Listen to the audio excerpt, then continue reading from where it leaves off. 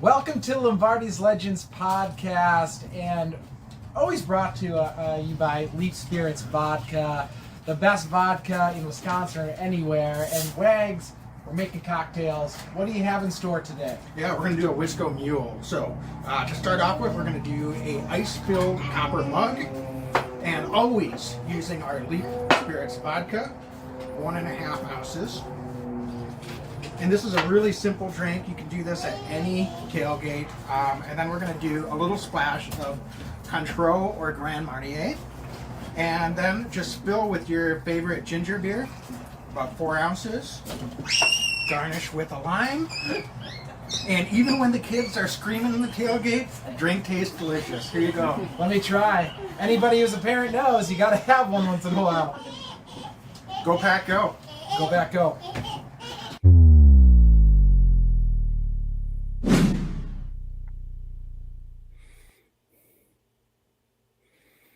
Every year I know we gonna go hard. We been that team ever since Bart started.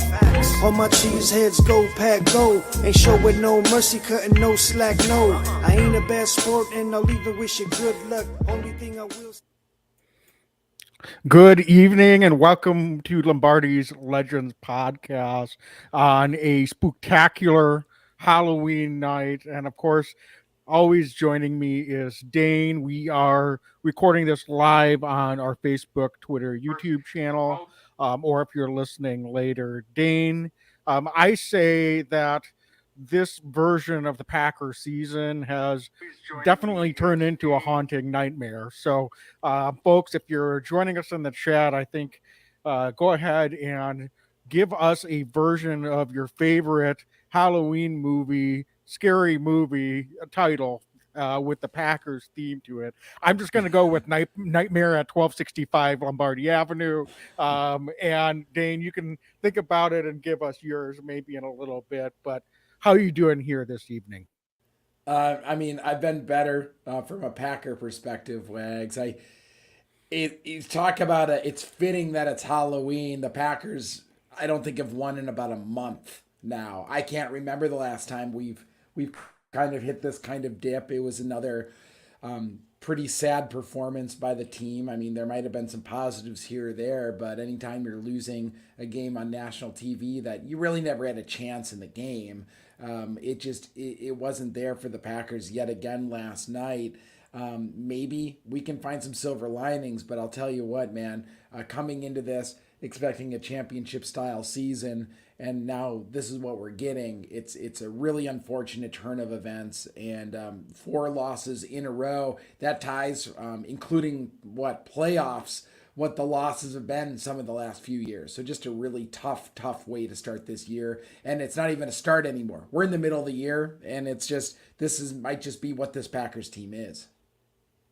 Yeah, absolutely. And while Dane, you could say there's some silver lining, and the team perhaps did some things yesterday that points to okay, well, if they can start doing some of those things moving forward, it seems like at the same time they take one step forward with the offense and perhaps two back with their defense. Yeah. So we'll get into all of that and kind of what it means moving forward. I mean, here's the thing: like, I, we were just talking about before we came online, right? That I could sit here and say, well, that was a game that we didn't expect to win. I mean, even if we were like 5-3, 6-2, you don't normally expect to go into Buffalo with as good as they are and win a game. So even when things are going well, that's a tough place to go win. But when you look at the totality of it, we're not looking for moral victories, right? And this is a team that we expected to be a contender, and it doesn't look like they are right now. Now there's still a chance, but we need to stack some wins in the left-hand column, or this is going to get away from us pretty quickly. Some would say it already has. It's not like the season's over, but they're going to have to go out there and go on a run here and really do some work to dig themselves out of this hole. Yeah, I mean 3-5, right? I think we're 4 back already in the North. It's just a reality. that this is a tough one. This is making out to be a tough season. You said it before we went live, but we didn't go in with the intention of this being a rebuilding year, but it's starting to look like it potentially could be one. And tomorrow's the trade deadline. I don't think the Packers have shown anything over the last month to prove that they're a one wide receiver away. I know a lot of Packer fans have been clamoring for that, but at this point, I don't know how you give up draft picks for this season and mortgage anything in the future when we very likely are looking into the future. You just don't lose 4 in a row the way the Packers have and still don't look right. You mentioned it. We start with the offense, but let's talk about the defense, Wags. Let's talk about the defense last night. And let's start with what was the most glaring thing to me was the missed tackles. The tackling was an absolute travesty throughout the game. And I thought in particular, Darnell Savage, he wasn't the strongest tackler a few years ago, but I swear he's gotten worse as the years have progressed. And last night, on national TV, a couple of those missed tackles were frankly pretty embarrassing. The effort didn't look to be there. It looked like he didn't really want to even try to make the tackle. I'm going to call him out. It just didn't look that good. So maybe we start there, where this is a defense that came in very hyped, and now through 8 weeks, even the basics seem to start to be escaping this defense. Yeah. And Darnell Savage, he had a rough game. He also got turned around at the end of the half on the long throw by Diggs. I know Rasul started in coverage, but they were in the zone look, and Savage got turned around and he let Stephon Diggs run right by him. Yep. In a situation where that's the last thing you want to do. I mean, in any situation, but particularly at an end of the half scenario, the Bills had no timeouts, and he just gets lost in coverage. I mean, so Dane, I ask you, when you see things like that, honestly, that's more mental to me than it is physical. I know it's technically physical because you're talking about a situation where you just got to go up and make the play. It's not, but at the same time, the reason I almost put it more into the mental side of things is I think it's a symptom of a lack of overall focus and preparation. How much was his head in the game? And listen, guys have bad games. So this isn't going to be the, let's cut Darnell Savage, trade Darnell Savage. I won't repeat some of the words that I said in our Packer chat during and after the game about Darnell Savage here, but the reality is that we've been saying this for weeks and weeks. It's just like the special teams last year on both the offense and defensive units. They're bad. I'm sorry to say they're either bad, not well coached, or both. Because a well-coached team and a high-functioning team doesn't find new and creative ways to have a letdown every week. Last week with the offense, it was to drop passes. This week with the defense, it's to miss tackles. So you can say, well, if we just clean that up, then they would be okay. It doesn't work that way. When you're bad, it's always something. And that's been the theme of this season on both the offensive and defensive side of the ball. You can be coached up and change things, and I don't expect a perfect performance every week. That's not what I'm saying. It's emblematic of a larger issue when every week you can point to one glaring thing that's a big driver for why you're struggling. And when it's a new thing every week, it starts with the coaching.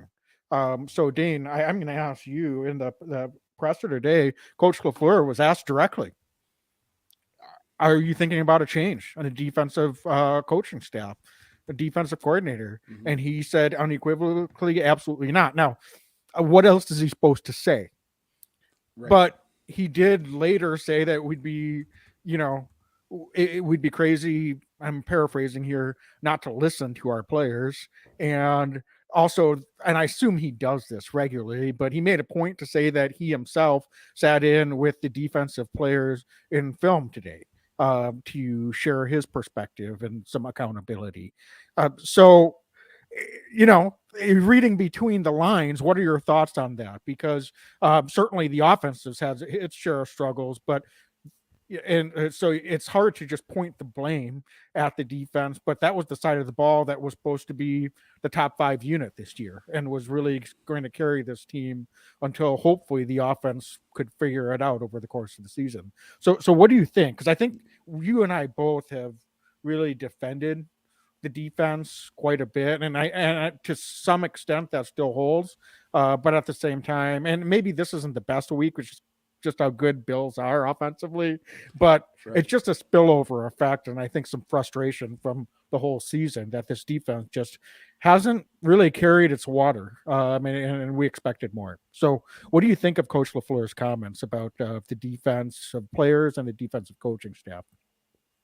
Well, I imagine at this point LaFleur's not looking to just start a revolving door at defensive coordinator, and I get that to a certain extent. I also think that him sitting in today, he's trying to get control of the locker room and make sure he doesn't lose his team. That's what I think. I watched the halftime interview they had with him, and he looked absolutely flabbergasted last night. He really did. So I think that he's doing everything he can right now to kind of keep the ship above water and not lose his guys. And the last few years, it's pretty remarkable to say that after 3 years of a lot of success with this team, but the way that things are kind of going right now, some maybe not so veiled shots even early in the year, I thought, from some of our star players against some of the defensive scheme that had come out. And right now, LaFleur is just trying to, I think, evaluate and see what's next. And I agree. I just don't know.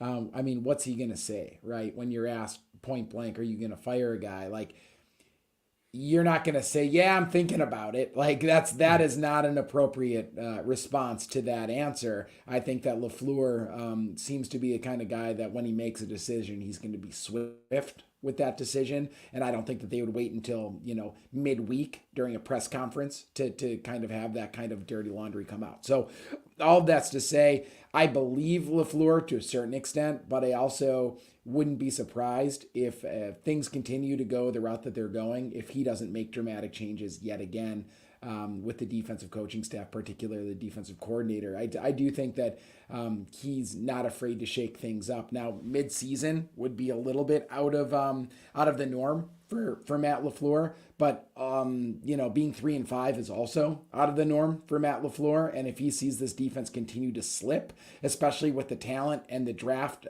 capital that's been used for this defense over the last few years, he might make a change. Yeah, well, let me just ask you point blank, Dan. Do you feel you don't want the players to be? You have to have that balance. You want to make sure that the players are aligned and on board, motivated, and working together with the coaching staff on the defensive side of the ball. On the one hand, players can be pretty emotional, so you don't want to overreact. But like, as you just said, we're 3-5. Defense has underperformed this whole year. Part of it the fact that the offense has underperformed, even if you thought they would struggle a little bit by their standards. It's kind of hard for Coach LaFleur to scapegoat the defensive guy in that situation. But let me just ask you point blank, based on his body of work, we've had 27 games of Coach Barry as a defensive coordinator. Is he the guy? If they're going to make a change, if he's not the guy, and at the end of this season, it's unlikely that we retain him. Is there benefit in letting this ride out as the ship is sinking a little bit here on the Packers season? I don't even know if he was the guy when he got hired. I think the guy coaching Wisconsin Badgers was somebody that they would have liked to have interviewed, and he decided to stick where he was. And I'm not sure if at the time Barry was necessarily Matt LaFleur's first or maybe even second pick.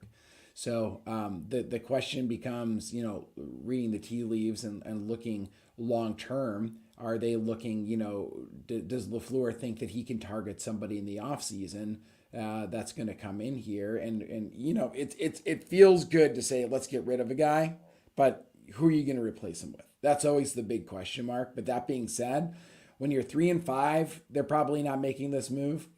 If they're 3-7, they might be making this move, and that's just a reality.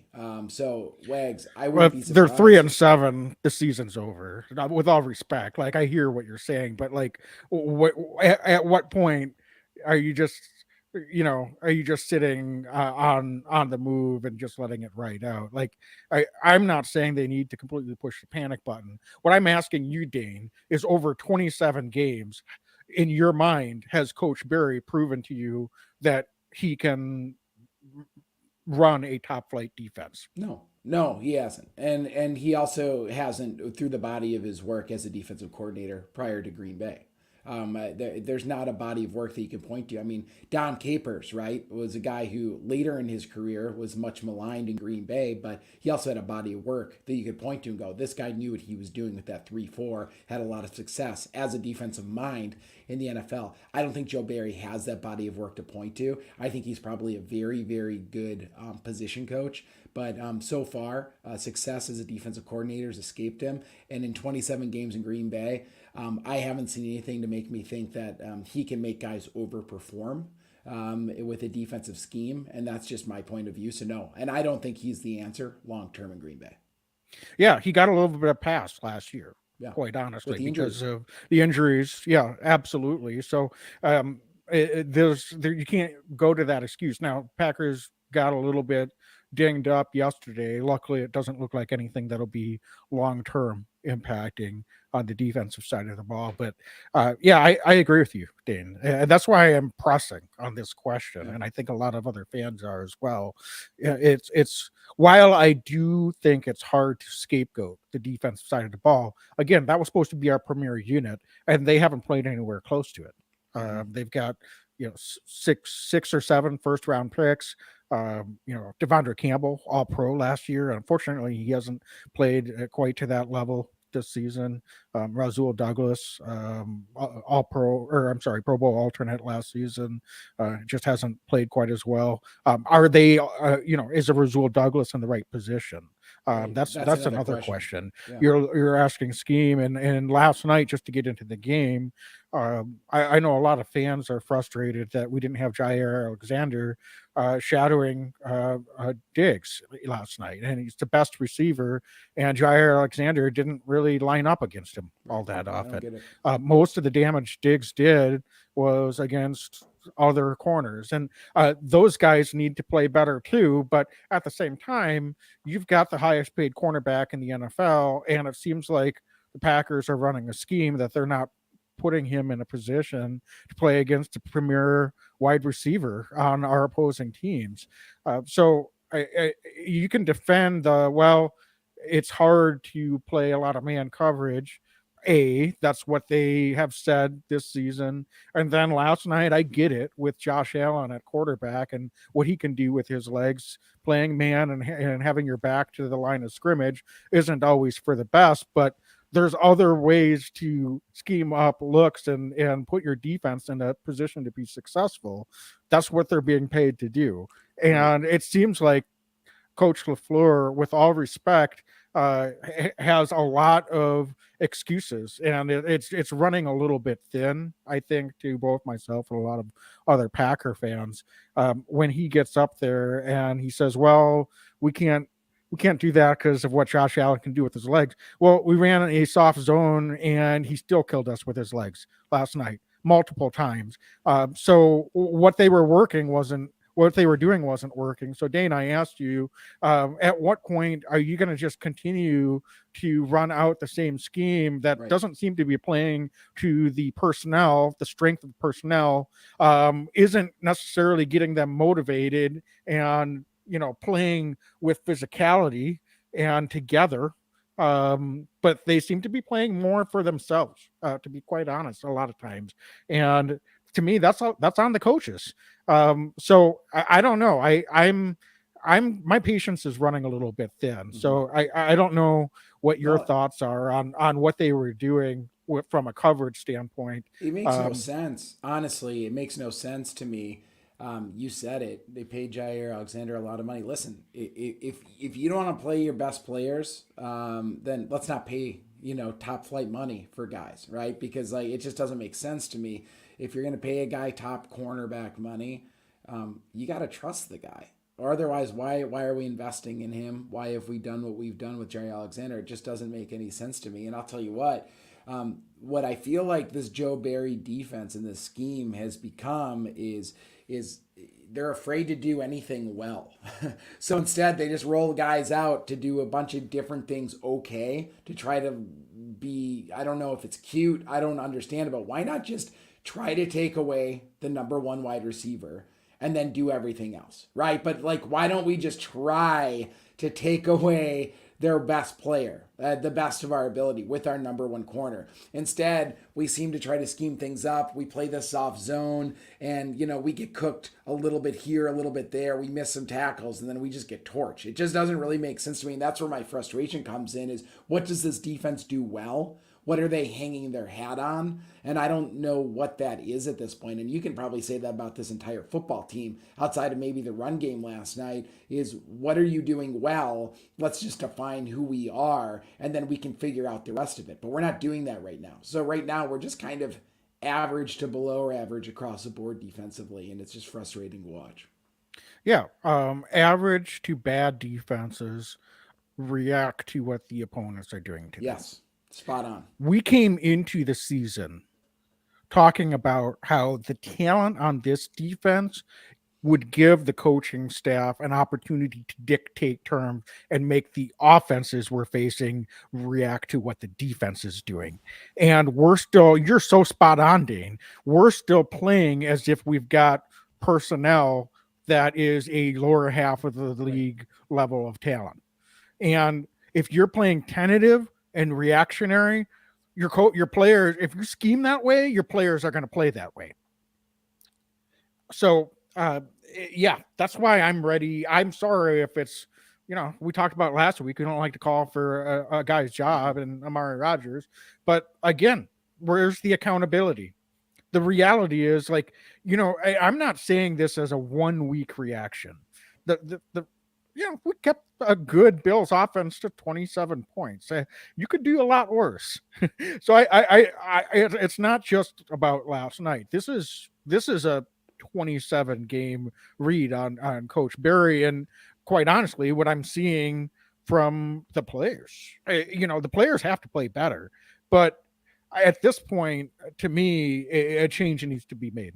And if there's a little bit of a scapegoat and, it may not work, but you want to try to turn this season around, you got to do something to rally the troops here. And I don't think this is a situation where the players are overly emotional and are charging into Coach LaFleur's office and saying you need to make a change. But Coach LaFleur needs to be more proactive because you don't want to let it get to that point either. And my fear is if they lose a couple more games, that would be the situation. And then Coach LaFleur looks weak and he risks losing a lot of the equity and, the relationships that he's built with these players over the last 3 seasons that have been very successful. Wags, you mentioned, players rushing into the office to, say get rid of a guy. I've got to wonder how many guys are going to rush in and say, don't get rid of this guy. And that's just an honest assessment. You said, I watch this defense in particular, and I watch how they're moving around out there. And yeah, I think you hit the nail on the head about some of the guys looking like they kind of are out there for themselves. You can tell when a team defense is feeding off each other. These guys aren't feeding off each other right now, and that is a direct impact of the coaching staff, whether it's firing the guys up, whether it's putting them in the right position. We're not seeing necessarily that swarming defense. We're seeing more individual defense. And that's not what we've seen the last couple of years, even with less talent on the defensive side. I mean, I watch this team right now, and I don't see the cohesion that we've seen over the last couple of years. I don't feel like we've got as strong of a locker room right now that we've had past couple of years. Yes, the losses, of course, sting and it hurts, but you can tell when guys are vibing off each other and, to a man, they're all trying to go for one common goal. I'm not necessarily seeing that right now, and I do think that begins with coaching staff. And you said it, we had really high expectations of the defense. If we're not going to hold somebody accountable, somebody's got to be held accountable for this. Otherwise, everybody's going to fall. So whether it's defensive coordinator or somebody else, we need to be aggressive right now and swift and try to prove a point here. So I don't care if it's Joe Barry. I don't care if it's some of the starters that have been underperforming. They need to shake something up. Otherwise, we're going to keep rolling the same guys out there week in and week out, and we're going to get the same results, and that's a problem. Yeah, yeah. Dane, any other thoughts, particularly with what happened last night? I mean, I'm curious what your thoughts were on the second half. We got a couple of takeaways. On the offensive side of the ball, we limited the amount of possessions that Buffalo got in the second half with the way we were controlling the clock and running the football. Unfortunately, we needed to start that game plan, a quarter and a half earlier than we did. When you fall behind by as much as you did, that game sort of reminded me of the Bears-Packer game in week 2 in reverse, where we were the Bears and the Bills were the Packers. We never seriously threatened. It was nice to get a little bit of rhythm offensively. That's all well and good. We started to build a little bit of an identity running the football. So we'll talk about the offensive side, but I didn't think, not to take anything away from the defense, but honestly, I didn't think there was anything that they did that was dominating that you said, wow, they held the Bills to 3 points. The Bills made a couple of mistakes. I just didn't think they played very well offensively in the second half. Josh Allen threw us a couple of interceptions, and takeaways are part of the game, but they were moving up and down the field still. And just, I think I saw on Twitter, Andy Herman said that the Bills were playing with their food. I think that might be a little bit of a way to put it. So it's, so I'm just curious what your thoughts were on the second half. Am I being too hard on them and they made adjustments and they played a lot better, or was it just, a little bit circumstantial and the Bills just kind of sleepwalking through the second half? Well, Wags, you asked about titles. My mom commented tonight. She said Halloween titles, child's play. It feels like it, unfortunately. Mom, gotta give my mom a shout out. Wags, what do you think? We pay some bills and then we come back and we talk a little bit about this second half and we talk about what we saw out of them, because I'd love to hear your takes as well. All right, very good. So let's talk about DraftKings Sportsbook. DraftKings, of course, the official sports betting partner of the NFL. And Dane, I think one of the things that we could have had last night, had we gotten a score late in the game, Mason Crosby would have been lining up for an onside kick. Chances of getting the ball back would have been extremely slim. Our pulses would have still been racing. He would have kicked it off and watched as the ball lands. And you know what? It's just as hypothetical as if that had actually happened, because it didn't. So unfortunately, but every play would be exciting like this on DraftKings Sportsbook, and they're unbeatable offers. Right now, new customers can make any $5 bet in the NFL game. You get $200 in free bets if your team wins. Wags, check it out too. In addition to the usual bets, everyone can boost their winnings with DraftKings stepped up same game parlays. Wags, I don't know about you, but your boy Derrick Henry yesterday did a heck of a job in fantasy football. Had a big day. Kamara had a big day. I mean, it's just so much fun what you can do at DraftKings. And to make things even sweeter, you can throw down on stepped up same game parlays once per game day all season long. Yep. And I have Derrick Henry, and I'm trying to come back on Monday Night Football. And unfortunately, the Browns want to run trick plays and have Amari Cooper throw interception. So it's not helping my cause. Really? I didn't see that. Yeah. So anyway, download the DraftKings Sportsbook app now and use promo code TPPN to get $200 in free bets if your team wins. Just place a $5 bet in any football game, only at DraftKings Sportsbook, using code TPPN. Minimum age and eligibility restrictions apply. See show notes for details. All right, so Dave, getting back to the discussion. I'm really, I want to talk a little bit about this second half, and I'm going to look at a positive right away because, they ran the ball. I don't know what else to tell you. They ran the ball. Finally, they ran the ball. I thought Aaron Jones looked phenomenal. This is what we were looking for now, with the caveat that the Bills were not playing the Packers totally in the second half. They were also playing the clock, and they were letting this clock run down. I mean, that's a reality. That's a reality. And anybody who says otherwise, I mean, I'll disagree.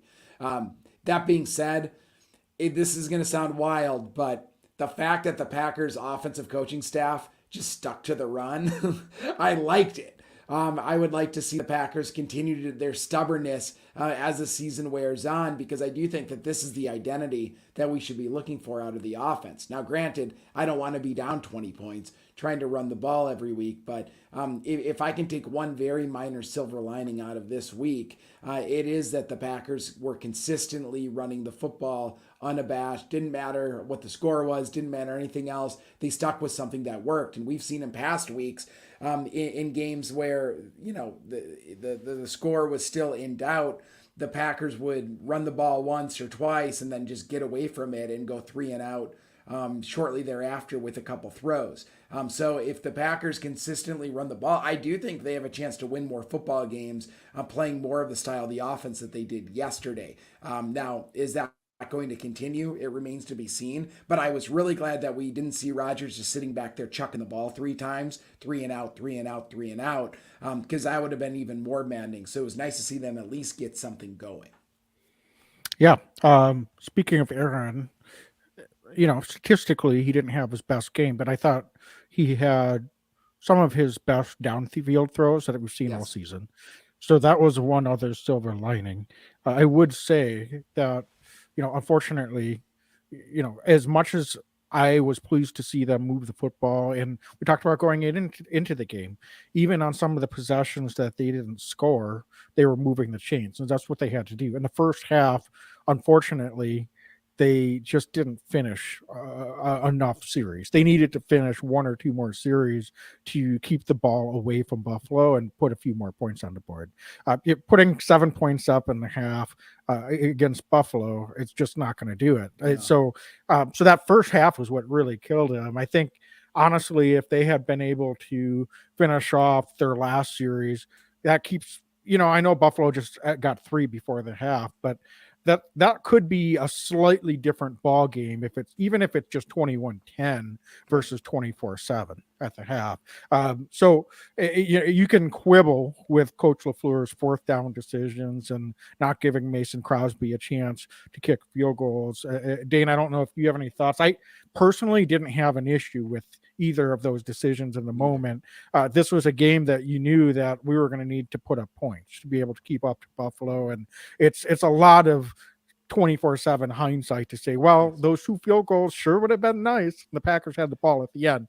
I don't think you can look at it that way. Buffalo would have been attacking the game a lot differently if it would have been a 1-score game in the 4th quarter as well. So, so I didn't really have a problem with it. It's a matter of, if you're going to play that way, you got to finish off a few more series.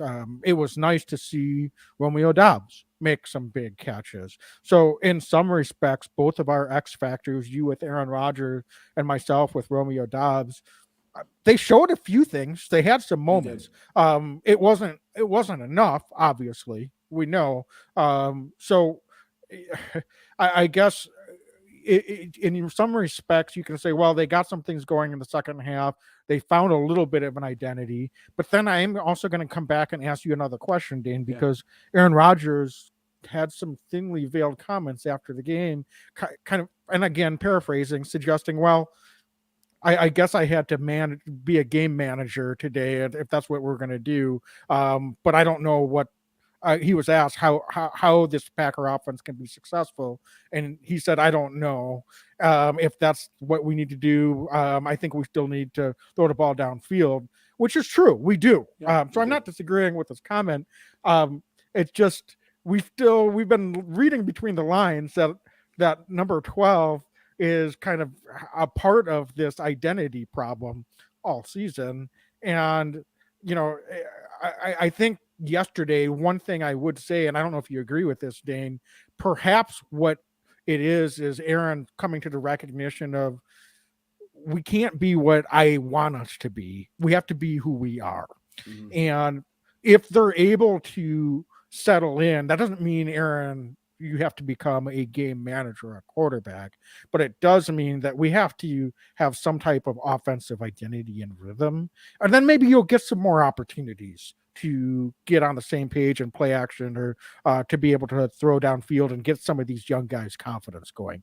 Yeah, So from that that's exactly respect, I right. think that's one silver lining that you could take from this game on the offensive side. Well, yeah, and I think that while maybe a game could start in the more in the vein of a game manager, quote unquote game manager role, Wags, to your point, if you're running the football, the play action can be your best friend as a quarterback. I just because you're not coming out in the first series of the game in shotgun and chucking it downfield doesn't mean that throughout the game you're not going to be able to find your spots and make some throws. And also, I would say that throughout this year, the receivers haven't always been where we need them to be, but also Aaron's throws have been off too.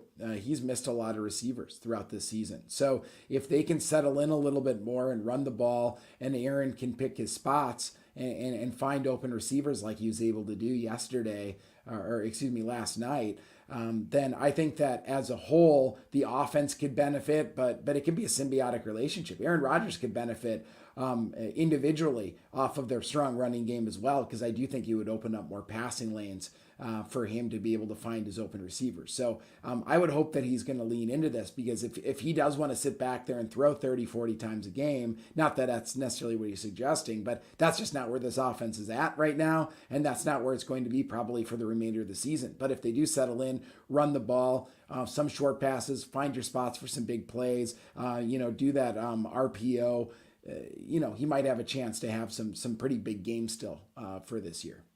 Yeah, and I mean, something's got to give, Something's right? got to give. Yeah. And as phenomenal as Aaron Jones was last night, that's got to open up the quarterback's eyes a little bit. I saw a quote today. Matt Hasselbeck was talking about one of his earlier seasons in Seattle. They had a young wide receiver group, and he admitted he was getting frustrated because they weren't in the right position. Coach Holmgren said, "You know what? You need to throw the ball where they are and not where they should be."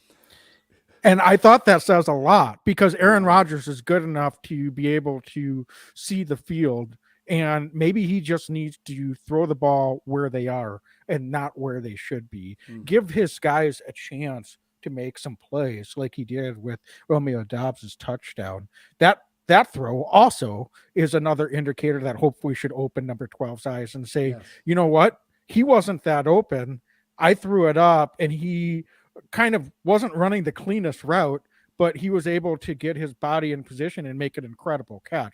Did he make it look harder than it needed to be? Maybe, but at the end of the day, he caught the ball. So, one of the knocks, I think, on Aaron at times is that he's so afraid to make a mistake that he won't give guys some chances. And when you're struggling and you're playing from behind, what's the point at that point? Like, if Aaron would have thrown 2 more interceptions because he was trying to make some things happen late in the game, it's the same result either way. Changed my life. Yeah. Yeah, exactly. So, and unfortunately, I don't think Aaron's ever going to change in that respect, but at least hopefully with Toure and with Dobbs making some plays, there's a slight amount of trust built. So Wings. that's all you can really ask for, I think, at this point. I wanted to ask you about Samori Toure. You mentioned him.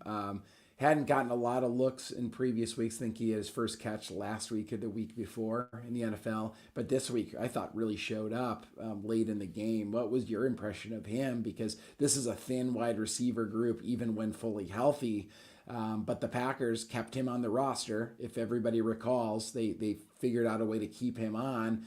And here he is now in week 8 playing at the NFL level and making some splash plays. So Wags, what say you? I mean, were you as impressed as I was? Because I was impressed by his ability. He looked clean catching the ball as well, and that was something that was really impressive to me. Yeah, I was very impressed. I mean, I was impressed. We were both impressed with him in the preseason. And I know, yeah, that's the preseason, but I really, while I didn't expect him to come into the season getting a bunch of snaps. I was surprised that he wasn't activated sooner. I think he had a little bit of an injury at the start of the season as well that played a bit of a role in that. But the reality is that he showed more in one half of football last night than Amari Rodgers has in his entire career in Green Bay. So, yeah, maybe he should be out there instead of Amari Rodgers for all of those snaps. Let's make that change. It's not hard. Like, this isn't rocket science. You don't have to, give it 3 weeks and figure out what you're going to do. Play the best players. And to me, it looked like he was a heck of a lot better than some of the guys that were out there in front of him. Sammy Watkins has been pretty darn underwhelming in the last 2 weeks since he came back off the IR. So I'm not saying you have to go and immediately bench him, but maybe some of these other guys should play. Let's lean into it. And I realized Christian Watson getting hurt last night didn't really help matters. Look, injuries happen. We can talk about that. So I don't want to get on the guy. It's unfortunately he had the concussion.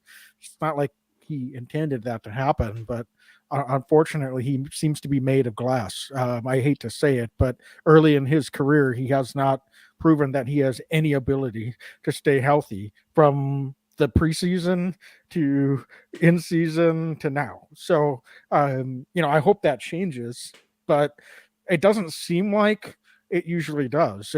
Staying healthy is a little bit of a skill in the NFL. And usually the guys that get hurt a lot, that just kind of unfortunately becomes who they are. So it's going to be interesting to see, not to get off topic on the Samori Toure, but yeah, I think he earned more reps for sure. Yeah, no, I would agree. Anything else that's stuck out from yesterday before we talk about our big cheese leap performers from week 8? Yeah, I mean, honestly, I thought the offensive line settled in and it played much better over the course of the game. I can't Zach believe we didn't talk about Zach that. Tom had a Elton little bit of Jenkins. Unable to Elton go, Jenkins. Zach Tom? Yeah, please go ahead. Yeah, Elton Jenkins. So apparently got his foot stepped down in practice. So it wasn't anything with his knee, even though he was listed with a foot and knee on the injury report. It was his foot getting stepped down, and they thought he was going to play, but just wasn't feeling great Sunday morning. So it shouldn't be a long-term issue, hopefully, unless they do some more tests and find something else going on there, which hopefully is not the case. But yeah, Zach Tom, 2 weeks in a row, emergency starter in 2 different positions, looked a little bit out of sorts early in the game, but I thought he and the rest of the offensive line settled in pretty well. This is a very, very strong defensive front for the Bills. And I know you said earlier, Dane, and I completely agree with you that the Bills were in front. So it's like, okay, go ahead and run the ball, let the clock run in the second half. So it's sort of a cat and mouse thing, but at the same time, it is encouraging nonetheless. And hopefully that gives all of these guys a little bit of confidence. And we'll see, though. This isn't a situation where we're going to sit here after next week's game against Detroit and say, well, they played a little bit better, but fell just short. Maybe the season will turn around.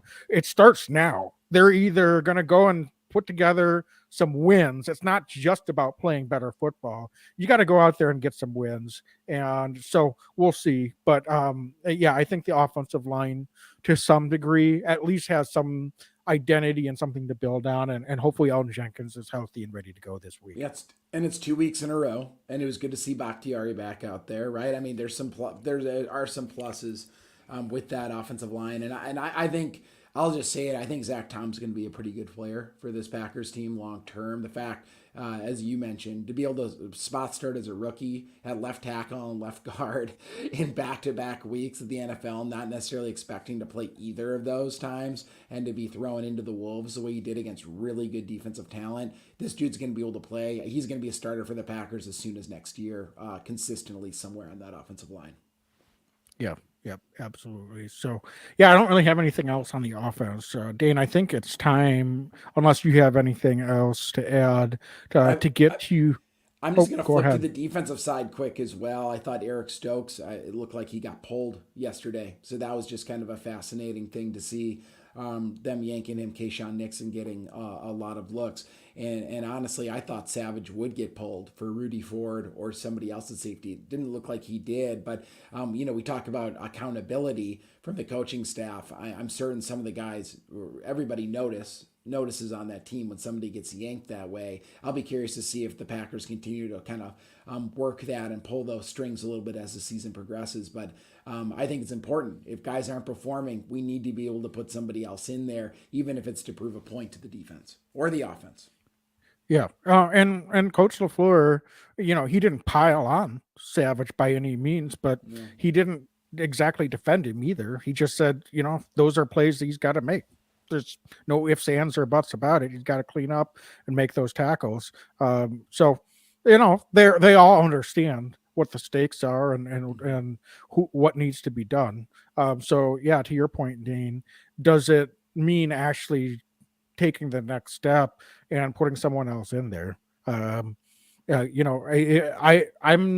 not exactly sure I want to see another performance like that out of Darnell Savage. No. Honestly, unfortunately, he's just not the player that he was 2 years ago. So what do you do then at that point? There could be some tough questions being asked. There's no doubt about that. But we've got to do something. We can't just sit back and say, well, we can play better. And otherwise, whether that's changes on the coaching staff, changing personnel wise, whatever it is, I think we need to see some action.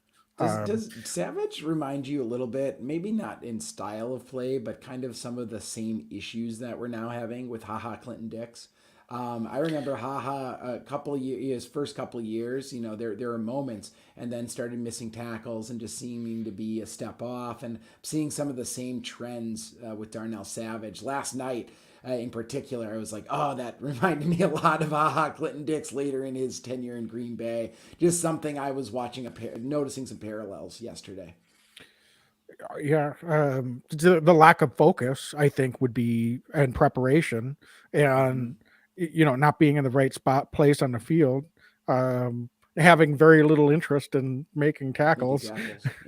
Yeah. Is that reflective of the player that Darnell Savage is or could be? I don't know. His play on the field this season hasn't exactly given me a lot of confidence that he is a top flight player. We're not talking about a guy that's in his first or second season. That's the issue at this point. Mm-hmm. And so I don't know what that is. Is this someone that, I don't know, HaHa Clinton Dix, how interested was he in his craft and did he love football? I don't know. Only he could answer that question. I don't think it's fair. I never want to question guys for their desire, but we would also be kidding ourselves if we think that every guy on that 53-man roster across the NFL is passionate about playing football. There are guys that are just there for the paycheck. They're supremely talented, but if they're not getting better at a certain stage of their career, and sorry to say, seems like they're just going through the motions, it gives me a lot of pause. And then at that point, are you better off addition by subtraction and playing the lesser talented guy that is going to be locked in and be doing everything he can to preserve his place on the team and on the field? It's a tough question, but I think, at a certain point, I would say, yeah, you probably would be better off. So I don't know if we're at that point with Darnell Savage, but he's going to have to turn things around in a hurry. I think not only for us as fans, but to the coaches, to prove that he's not that guy, that he can be someone that we think he is and have the talent level to be. But yeah, you got to go out there and prove it week after week. You can't be playing at a below average level for most of the season the way he has, and expect to have a lot of equity and grace period when accountability questions start coming up. Dane, I do want to ask one thing. You mentioned top trades. Do you expect to see any trades for the Packers? And if so, will it be bringing in or shipping out? So just kind of curious your thoughts. I'm wondering what might happen tomorrow, but curious to see what your thoughts are. I'd love to tell you I think a bunch of crazy stuff's going to happen in Green Bay, but I don't think anything's going to happen. I don't think that they're trading anybody. I don't think anybody's coming in. I think that we're going to stand pat. Might try to sign a wide receiver or other players, as needed. But that's a free agent. But no, I don't think the Packers are giving up any draft capital. I also don't think they're trading anybody from the roster. But Yeah, do I you mean the disagree? problem is every GM, every opposing GM knows what the problems are for the Packers and vice Exactly. versa. Um, you know, unfortunately, they're also competitive. They don't want to lose, unquote, the trade from a value perspective. I would say a lot of Packer fans out there, or maybe a loud minority, if you will, might feel that Goody overvalues some of his compensation packages or lack Mhm. thereof, and that maybe has hurt them in the past.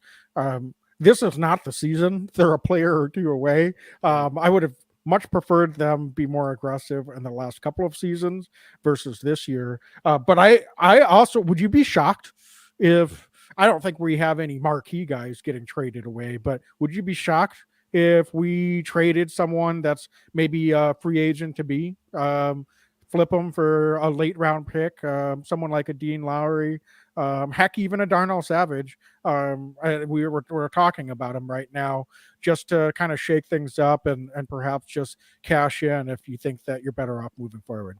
Wouldn't be surprised if it happened. That's no, I wouldn't be surprised if that were to happen. But we're talking late round picks.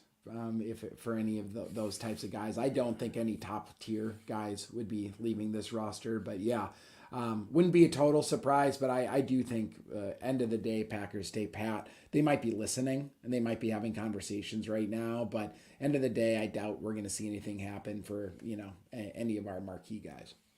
Yeah, so I would say on the Lombardi's Legends hope meter, we're probably more on the side of it would be far more surprising if the Packers traded and you see the headlines that, oh, the Packers traded for DJ Moore or Yeah, Brandon Cooks yeah. tomorrow, than I'd be if shocked nothing if that happened. happened. Honestly, I'd be way more shocked that than Dean Lowry getting traded on the shock meter Yeah. for sure. I think the most likely thing to happen is player that you've never heard of gets added to the practice squad. Practice squad. Yeah. So, all right, Dane. I think we should get to our Leap Spirits Players of the Week segment. Of course, Leap Vodka and Leap Spirits is only in Wisconsin. If you want to find Leap Vodka or Leap and Lemonade in a retail store or restaurant near you, go to leapspirits.com and click on Find Leap Vodka. So, Players of the Week, Dane. I'm going to lead this off on Yeah. the offensive side of the ball. As I mentioned earlier, you could say that our X factors, Aaron Rodgers and Romeo Dobbs, certainly had some moments last night. I think it was just moments, and to me, offensively, my clear player of the week was Aaron Jones, and 24 touches last night, and was able to be effective running the ball over 7.5 yards a carry, was involved as a receiver, and yeah, he was the engine of this whole Packers offense, and it's hard to a bitter pill to swallow in another losing effort, but finally we gave Aaron Jones the touches that we've all been clamoring for, and you know what? He delivered. So for me, it's Aaron Jones as the player of the week on the offensive side of the ball. But I don't know if you have any other guys that you want to throw out there as a nomination. No, it has to be Aaron Jones. I thought he had one of the better games of his career, in fact, in a losing effort for the team. Aaron Jones played phenomenal football. And so not only is he the Leap Vodka offensive player of week 8, but who knows? Maybe this is a catalyst for more to come. with the coaching staff sticking to the run game and continuing to feed Aaron Jones wherever possible. And wouldn't that be something?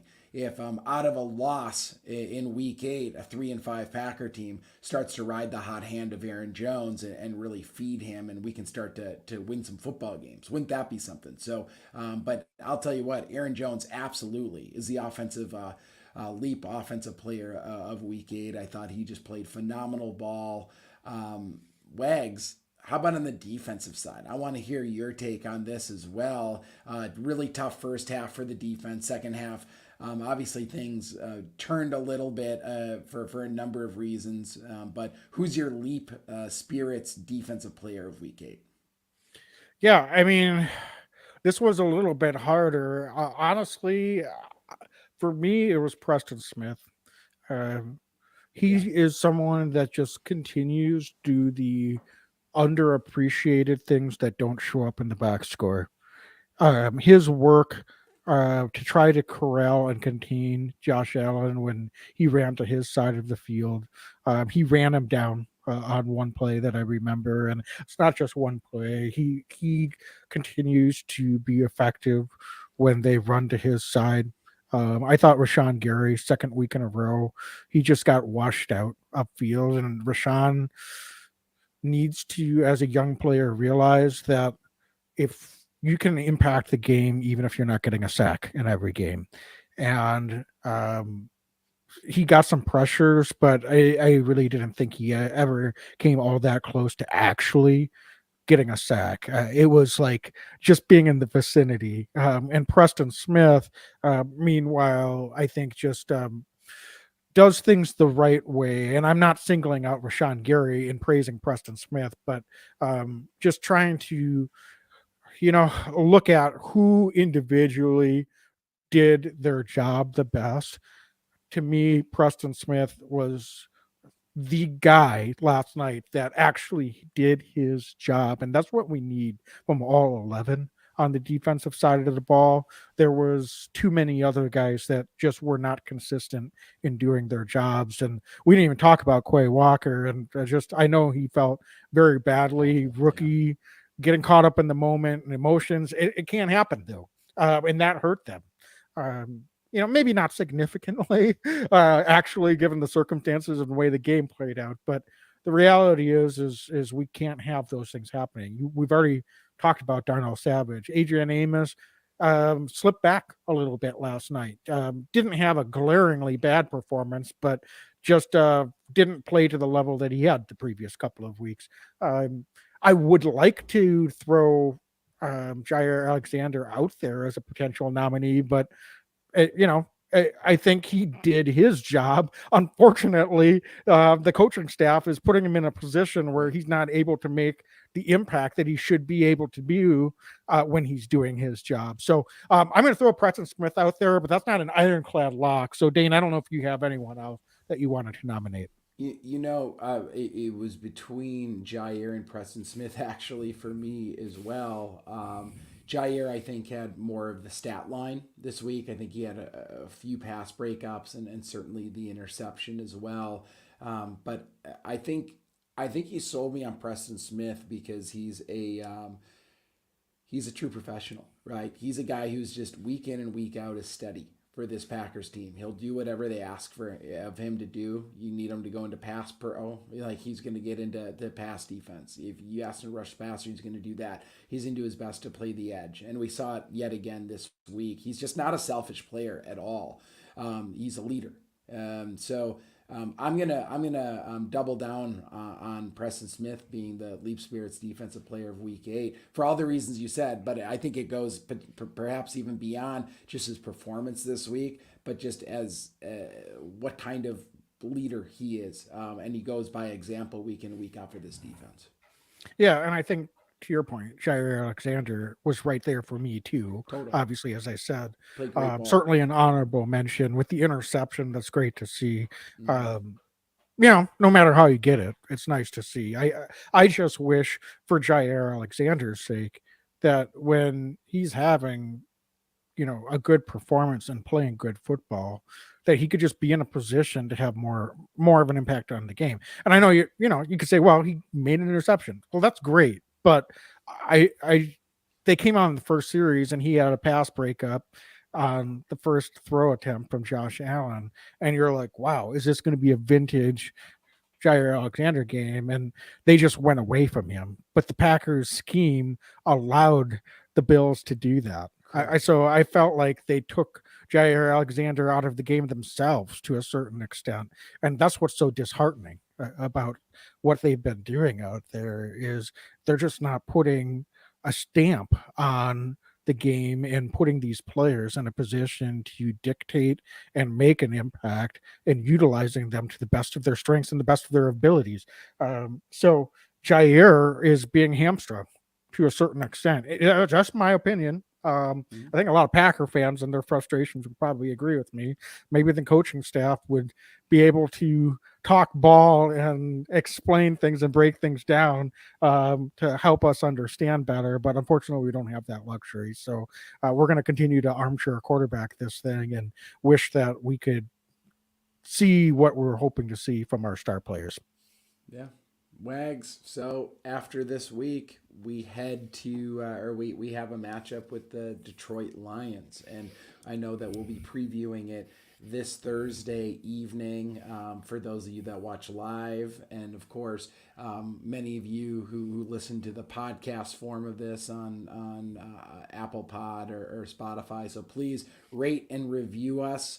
We're going to be here all season long talking Green Bay Packer football. So coming up next, NFC North Division rival Detroit Lions against the Green Bay Packers. We'll be breaking that thing down Thursday night. Yep. So thanks so much, folks. As always, be legendary and go Pack go. Go Pack go. Every year I know we gonna go hard. We been that team ever since Bart started. All my cheese heads go Pack go. Ain't showing no mercy, cutting no slack, no. I ain't a bad sport and I'll even wish you good luck. Only thing I will